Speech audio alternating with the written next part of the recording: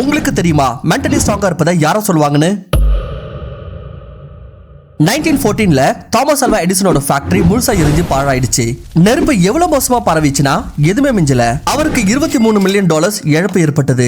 And ஒரு prototype இதுல வருஷக்கணக்கா வேலை செஞ்சுட்டு இருந்தாரு. இதுவும் எரிஞ்சு பாழாயிடுச்சு. இந்த முழு சிச்சுவேஷன் தெரிஞ்சதுக்கு அப்புறம் தாமஸ் ஆல்வா எடிசன் எந்த விதமா ரியாக்ட் பண்ணாரோ அதுதான் சொல்லுவாங்க மென்டல் டஃப்னஸ். தெரியுமா அவர் என்ன சொன்னாருன்னு? அவர் சொன்னாரு, தேங்க் காட் இது வரைக்கும் நான் எவ்வளவு மிஸ்டேக்ஸ் பண்ணிட்டு இருந்தனோ அது எல்லாமே எரிக்கப்பட்டு முடிஞ்சிருச்சு.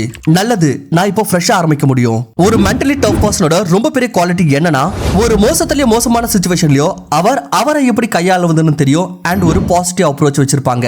ஆனா ஃபேக்ட் என்னன்னா, யாருமே ஆரம்பத்துல இருந்து மென்டலி ஸ்ட்ராங்கா இருப்பது இல்ல.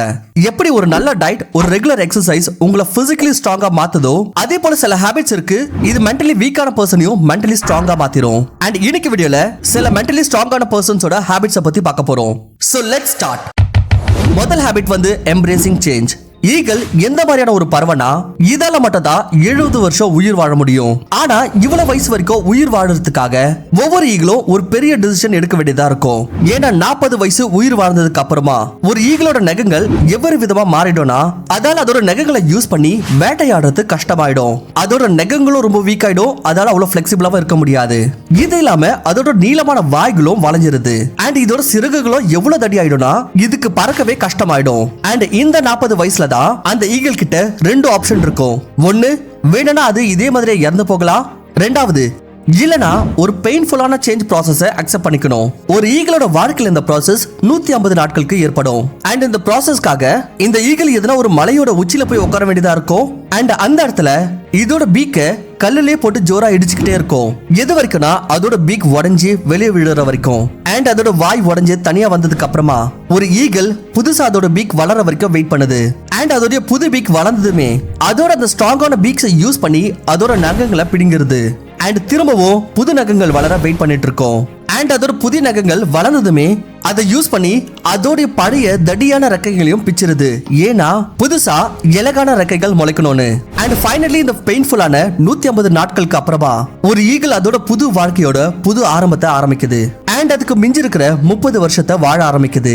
அதாவது சர்வைவல்காக அதோட வாழ்க்கைய வாழ்வதற்காக ஒரு பெயின்ஃபுல்லான சேஞ்சை அக்செப்ட் பண்ண வேண்டியது இருக்கு. அண்ட் ஞாபகம் வச்சுக்கோங்க, மழை பெய்யறப்போ எல்லா பறவைகளும் ஒளிஞ்சிக்கிறதுக்காக ஒரு இடத்தை தேடும். ஆனா ஈகிள் மட்டும் எந்த மாதிரியான ஒரு பறவைனா, இது மழை கிட்ட இருந்து தப்பிக்கிறதுக்கு பதிலா மேகங்களுக்கு மேல போய் பறக்க ஆரம்பிக்குது. இதே போலதான் ஒரு மென்டலி ஸ்ட்ராங்கான பர்சன் எல்லா சேஞ்சையும் எம்ப்ரேஸ் பண்றாங்க. அண்ட் அதை அக்செப்ட் பண்ணி இந்த ப்ராசஸ்னாலே அவங்களே ஸ்ட்ராங் ஆக்கிக்கிறாங்க. இதை பார்த்து பயப்படுத்தி இல்ல. ரெண்டாவது ஹேபிட் வந்து எஸ்டாப்ளிஷிங் பவுண்டரிஸ். ஞாபகப்படுத்தி பாருங்க, லாஸ்ட் டைம் இது உங்களோட வாழ்க்கையில எப்ப நடந்ததுன்னு.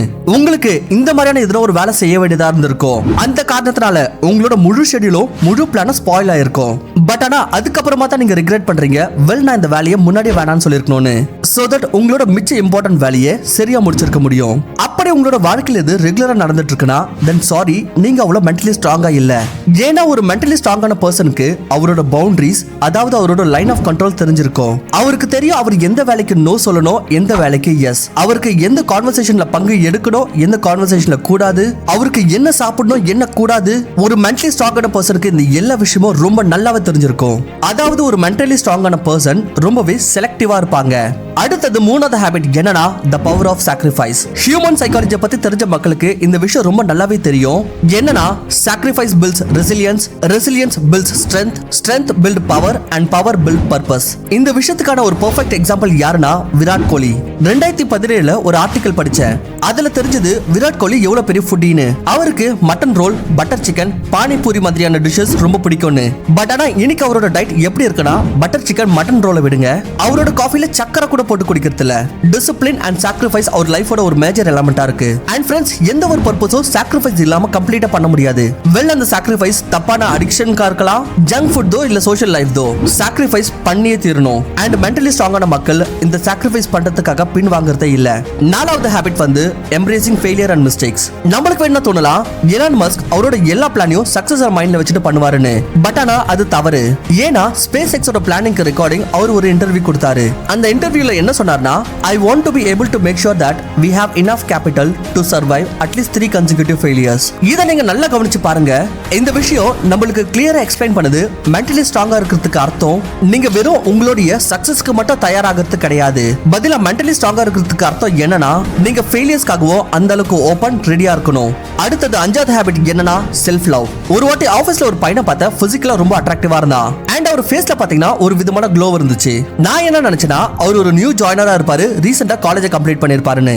அண்ட் புதுசா அவருடைய கார்ப்பரேட் லைஃப ஸ்டார்ட் பண்றாருன்னு. அதுக்கப்புறம் ஆஸ் யூசுவல் என்னோட நாள் ஸ்டார்ட் ஆச்சு. என்னோட ஷெட்யூல்க்கு அக்கார்டிங் நான் ஒரு மீட்டிங்க்கு போக வேண்டியதா இருந்துச்சு. அந்த மீட்டிங்ல முன்னாடி இருந்து அந்த பையன் உட்கார்ந்துட்டு இருந்தா. அண்ட் அந்த பையனை திரும்ப நான் மீட்டிங் ரூம்ல பார்த்ததோ எனக்கு கொஞ்சம் கன்ஃபியூஸ் ஆயிடுச்சு. அதுக்கப்புறம் என்னோட மேனேஜர் வந்து அனௌன்ஸ் பண்றாரு, இந்த மீட்டிங்க்கு வந்து ஒரு கெஸ்ட் இன்வைட் பண்ணிருக்கோன்னு. இவர் நம்மளுக்கு ப்ராசஸ் ரிலேட்டட் அட்வைஸ் தர போறாருன்னு. அண்ட் இந்த கெஸ்ட் பிசினஸ் யூனிட்டோட ஒரு டைரக்டர். தெரியுமா இந்த டைரக்டர் யாருன்னு? அதே அந்த யங் லுக்கிங் பையன் தான். அதுக்கப்புறம் அந்த டைரக்டர் கிட்ட பேசினப்போ அவர் சொன்னாரு, அவர் பிசினஸோட ஒரு கிரிட்டிக்கல் யூனிட்டை ஹேண்டில் பண்றாரு.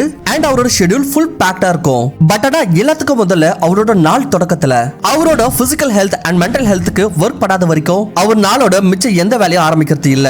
For him, his day starts with the practice of self love. And friends, self love practice பண்றதுனால உங்களோட செல்ஃப் எஸ்டீம் அண்ட் உங்க மென்டல் ஹெல்த் பல மடங்கு இம்ப்ரூவ் ஆயிடும். சோ மென்டலி ஸ்ட்ராங் ஆகிறதுக்காக இதுவும் ஒரு முக்கியமான ஹாபிட். சோ ஃப்ரெண்ட்ஸ், இதுதான் அந்த ஹாபிட்ஸ். மென்டலி ஸ்ட்ராங்கான பர்சன்ஸ் கிட்ட இதை நம்ம காமனா பார்க்கலாம். அப்படி நீங்களும் மென்டலி ஸ்ட்ராங் ஆகணும்னு விரும்புனீங்கன்னா அப்ப உங்க மைண்ட் செட்டை நீங்களும் இந்த மாதிரி மாத்தணும். அப்படி நீங்க இந்த வீடியோவை இவ்வளவு நேரம் பார்த்துட்டு இருக்கீங்கன்னா கண்டிப்பா உங்களுக்கு இந்த வீடியோ பிடிச்சிருக்கும். சோ மறக்காம வீடியோக்கு லைக் பண்ணிட்டு இந்த மாதிரியான இன்னும் அமேசிங் வீடியோஸை பார்க்க நம்மளுடைய சேனலுக்கு சப்ஸ்கிரைப் பண்ணுங்க. நான் உங்களை இன்னொரு நல்ல வீடியோல சந்திக்கிறேன்.